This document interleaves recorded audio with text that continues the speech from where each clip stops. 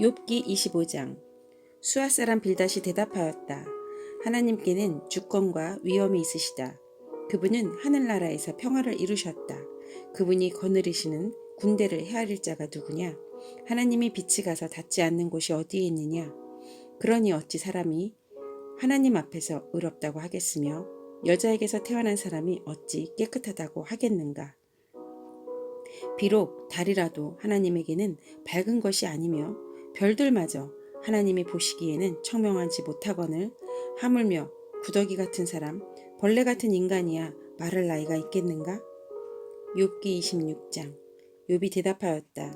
나를 그렇게까지 생각하여 주니 고맙다. 나처럼 가난하고 힘없는 자를 도와주다니.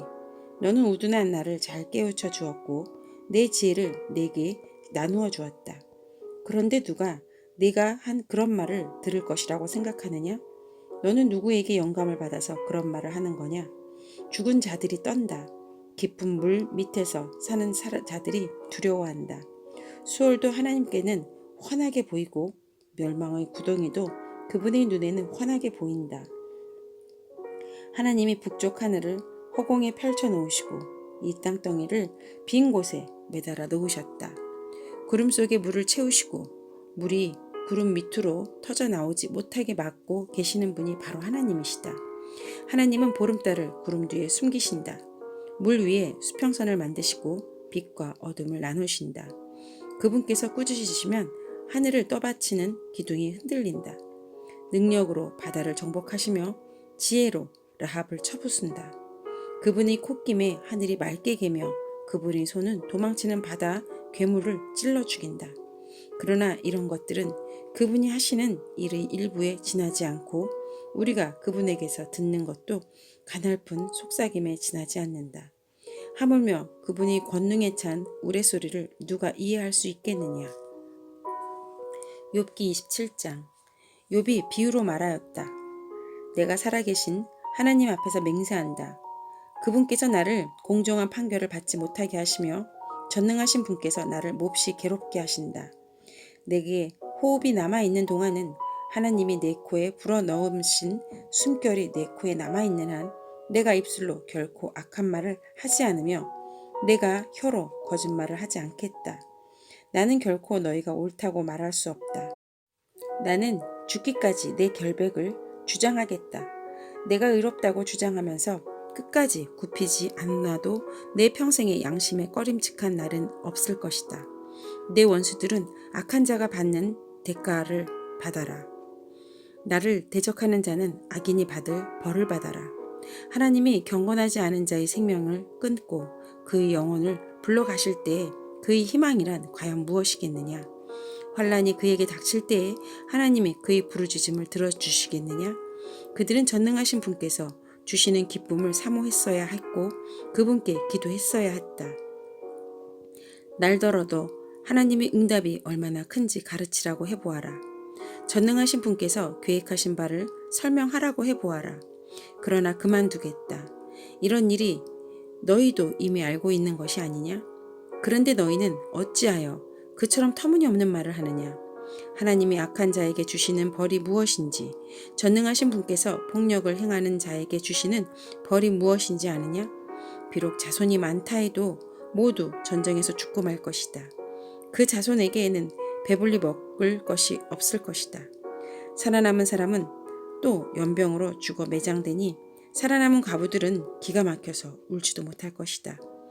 돈을 셀 수도 없이 긁어 모으고 옷을 산더미처럼 쌓아 놓아도 엉뚱하게도 의로운 사람이 그 옷을 입으며 정직한 사람이 그 돈더미를 차지할 것이다. 악한 자들이 지은 집은 거미집과 같고 밭을 지키는 일꾼의 움막과 같다. 부자가 되어서 잠자리에 들지만 그것으로 마지막이다. 다음 날에 눈을 떠보면 이미 알거지가 되어 있다. 두려움이 홍수처럼 그들에게 들이닥치며 폭풍이 밤중에 그들을 쓸어갈 것이다. 동풍이 불어와서 그들을 그 살던 집에서 쓸어갈 것이다. 도망치려고 안간힘을 써도 동쪽에서 오는 폭풍이 사정없이 불어닥쳐서 그들을 날려버릴 것이다. 도망가는 동안에 폭풍이 불어닥쳐서 무서운 파괴력으로 그들을 공포에 떨게 할 것이다. 욥기 28장. 은을 캐는 광산이 있고 금을 정련하는 제련소도 있다. 철은 흙에서 캐어내며 구리는 광석을 녹여서 얻는다. 광부들은 땅속을 깊이 파고 들어가서 땅속이 아무리 캄캄해도 그 캄캄한 구석구석에서 광석을 캐어낸다. 사람이 사는 곳에서 멀리 떨어진 곳, 사람이 발이 닿지 않는 곳을 사람들은 갱도를 판다. 줄을 타고 매달려서 외롭게 일을 한다. 땅 위에서는 먹거리가 자라지만 땅속은 같은 땅인데도 용암으로 들끓고 있다. 바위에는 사파이어가 있고 돌가루에는 금이 섞여 있다. 솔개도 거기에 이르는 길을 알지 못하고 매의 날카로운 눈도 그 길을 찾지 못한다. 겁없는 맹수도 거기에 발을 들여놓은 일이 없고 무서운 사자도 그곳을 밟아본 적이 없다. 사람은 굳은 바위를 깨고 산을 그 밑 뿌리까지 파들어 간다. 바위에 굴을 뚫어서 각종 진귀한 보물을 찾아낸다. 강의 근원을 찾아내고 땅에 감추어진 온갖 보화를 들추어낸다. 그러나 지혜는 어디에 얻으며 슬기가 있는 곳은 어디인가? 지혜는 사람에게서 발견되는 것이 아니다. 사람은 어느 누구도 지혜의 참 가치를 알지 못한다. 깊은 바다도 나는 지혜를 감추어 놓지 않았다 하고 말한다. 넓은 바다도 나는 지혜를 감추어 놓지 않았다 하고 말한다. 지혜는 금을 주고 살 수 없고 은으로도 그 값을 치를 수 없다. 지혜는 오빌의 금이나 값진 루비나 사파이어로도 그 값을 치를 수 없다. 지혜는 금보다 값진 것, 금잔이나 값진 유리잔보다 더 값진 것이다. 지혜의 값은 산호보다 수정보다 비싸다. 지혜를 얻는 것은 진주를 가진 것보다 값지다. 에티오피아의 토파즈로도 지혜와 비교할 수 없고 정금으로도 지혜의 값을 치를 수 없다. 그렇다면 지혜는 어디에서 오며 슬기가 있는 곳은 어디인가? 모든 생물의 눈에 숨겨져 있고 공중의 새에게도 감추어져 있다. 멸망의 구덩이와 죽음도 지혜를 두고 이르기를 지혜라는 것이 있다는 말은 다소 소문으로만 들었을 뿐이다 하고 말한다. 그러나 하나님은 지혜가 있는 곳에 이르는 길을 아신다. 그분만이 지혜가 있는 곳을 아신다. 오직 그분만이 땅 끝까지 살피실 수 있으며 하늘 아래에 있는 모든 것을 보실 수 있다. 그분께서 저울로 바람의 강약을 달아보시던 그때에, 물이 분량을 달아보시던 그때에, 비가 내리는 규칙을 세우시던 그때에, 천둥 번개가 치는 길을 정하시던 그때에, 바로 그때에 그분께서 지혜를 보시고 지혜를 칭찬하시고 지혜를 튼튼하게 세우시고 지혜를 시험해 보셨다. 그런 다음에 하나님은 사람에게 말씀하셨다. 주님을 경외하는 것이 지혜요, 악을 멀리하는 것이 슬기다. 욥기 29장. 욥이 다시 비유를 써서 말을 하였다. 지나간 세월로 되돌아갈 수만 있으면, 하나님이 보호해 주시던 그 지나간 날로 되돌아갈 수 있으면 좋으련만. 그때에는 하나님이 그 등불로 내 머리 위를 비추어 주셨고 빛으로 인도해 주시는 그대로 내가 어둠 속을 활보하지 않았던가? 내가 그처럼 잘 살던 그 시절로 다시 돌아가서 살 수 있으면 좋으련만.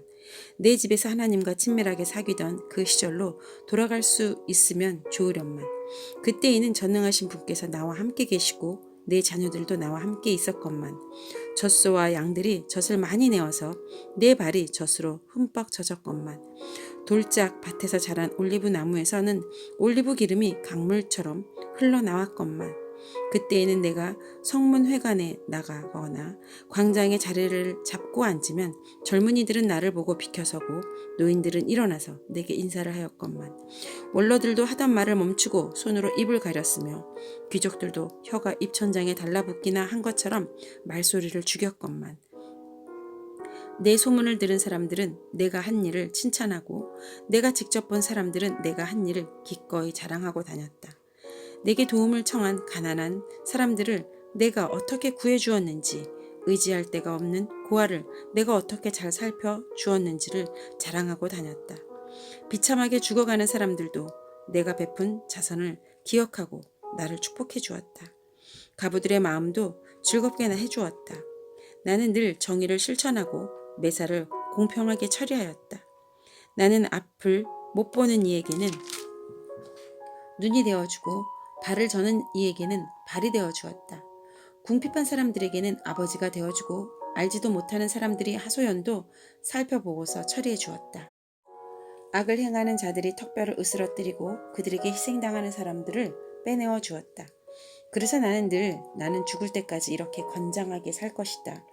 소털처럼 많은 나날 불사조처럼 오래 살 것이다. 나는 뿌리가 물가로 뻗은 나무와 같고 이슬을 머금은 나무와 같다. 사람마다 늘 나를 칭찬하고 내 정력은 쇠하지 않을 것이다 하고 생각하였건만 사람들은 기대를 가지고 내 말을 듣고 내 의견을 들으려고 잠잠히 기다렸다. 내가 말을 마치면 다시 뒷말이 없고 내 말은 그들 위에 이슬처럼 젖어들었다. 사람들은 내 말을 기다리기를 담비를 기다리듯 하고 농부가 봄비를 기뻐하듯이 내 말을 받아들였다. 내가 미소를 지으면 그들은 새로운 확신을 얻고 내가 웃는 얼굴을 하면 그들은 새로운 용기를 얻었다. 나는 마치 군대를 거느린 왕처럼 슬퍼하는 사람을 위로해주는 사람처럼 사람들을 돌보고 그들이 갈 길을 정해주곤 하였건만. 욥기 30장. 그런데 이제는 나보다 어린 것들까지 나를 조롱하는구나. 내 양떼를 지키는 개들 축에도 끼지 못하는 쓸모없는 자들이 자식들까지 나를 조롱한다. 젊어서 손에 힘이 있을 듯하지만 기력이 쇠하여서 쓸모없는 자들이다. 그들은 가난과 굶주림에 허덕여서 몰골이 흉하며 메마른 땅과 황무지에서 풀뿌리나 씹으며 덤불 속에서 자란 쓴 나무를 캐어 먹으며 대사리 뿌리로 끼니를 삼는 자들이다. 그들은 사람 축에 끼지 못하여 동네에서 쫓겨나고 사람들이 마치 도둑을 쫓듯이 그들에게 도둑이야 하고 소리를 질러 쫓아버리곤 하였다. 그들은 급류에 패여 벼랑진 골짜기에서 지내고 땅굴이나 동굴에서 살고 짐승처럼 덤불 속에서 움츠리고 있거나 가시나무 밑에 몰려서 웅크리고 있으니 그들은 어리석은 자의 자식들로서 이름도 없는 자의 자식들로서 회초리를 맞고 제 고장에서 쫓겨난 자들이다. 그런데 그런 자들이 이제는 돌아와서 나를 비웃는다. 내가 그들의 말거리가 되어버렸다. 그들은 나를 꺼려 멀리하며 마주치기라도 하면 서슴지 않고 침을 뱉는다. 하나님이 내 활시위를 풀어버리시고 나를 이렇게 무기력하게 하시니 그들이 고삐 풀린 말처럼 내 앞에서 날뛴다. 이 천한 무리들이 내 오른쪽에서 나와 겨루려고 들고 일어나며 나를 잡으려고 내가 걷는 길에 덫을 놓고 나를 파멸시키려고 포위망을 좁히고 있다. 그들은 내가 도망가는 길마저 막아버렸다. 그들이 나를 파멸시키려고 하는데도 그들을 막을 사람이 아무도 없다. 그들이 성벽을 뚫고 그 뚫린 틈으로 물밀듯이 들어와서 성난 파도처럼 내게 달려드니 나는 두려워서 벌벌 떨고 내 위험은 간 곳 없이 사라지고 구원의 희망은 뜬 구름이 사라지듯 없어졌다. 나는 이제 기력이 쇠하여서 죽을 지경에 이르렀다. 지금까지 나는 괴로운 나날들을 사로잡혀서 편하게 쉬지 못하였다. 밤에는 뼈가 쑤시고 뼈를 깎는 아픔이 그치지 않는다. 하나님이 그 거센 힘으로 내 옷을 거세게 잡아당기셔서 나를 옷깃처럼 휘어 감으신다. 하나님이 나를 진흙 속에 던지시니 내가 진흙이나 쓰레기보다 나을 것이 없다. 주님, 내가 주님께 부르짖어도 주님께서는 내게 응답하지 않으십니다. 내가 주님께 기도해도 주님께서는 들은 채도 않으십니다. 주님께서는 내게 너무 잔인하십니다. 힘이 세신 주님께서 힘이 없는 나를 핍박하십니다. 나를 들어올려서 바람에 날리게 하시며 태풍에 휩쓸려서 흔적도 없이 사라지게 하십니다. 나는 잘 알고 있습니다. 주님께서는 나를 죽음으로 몰아넣고 계십니다. 끝내 나를 살아있는 모든 사람들이 다 함께 만나는 그 죽음의 집으로 돌아가게 하십니다. 주님께서는 어찌하여 망할 수밖에 없는 연약한 이 몸을 치십니까? 기껏 하나님이 잡이나 빌어야 하는 것밖에는 아무것도 할 수 없는 보잘것없는 이 몸을 어찌하여 그렇게 세게 치십니까? 고난받는 사람을 보면 함께 울었다. 궁핍한 사람을 보면 나도 함께 마음이 아파였다. 내가 바라던 행복은 오지 않고 화가 들이닥쳤다. 빛을 발았더니 어둠이 밀어닥쳤다. 근심과 고통으로 마음이 갈기갈기 찢어지고 하루도 고통스럽지 않은 날이 없이 지금까지 살아왔다. 햇빛도 비치지 않는 그늘진 곳으로만 침울하게 돌아다니다가 사람들이 모여 있는 곳에 이르면 도와달라고 애걸이나 하는 신세가 되고 말았다.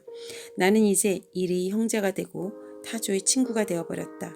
내가 내 목소리를 들어보아도 내 목소리는 구슬프고 외롭다. 살갗은 검게 타서 벗겨지고 뼈는 열의를 받아서 타버렸다. 수금소리는 통곡으로 바뀌고 피리소리는 애곡으로 바뀌었다.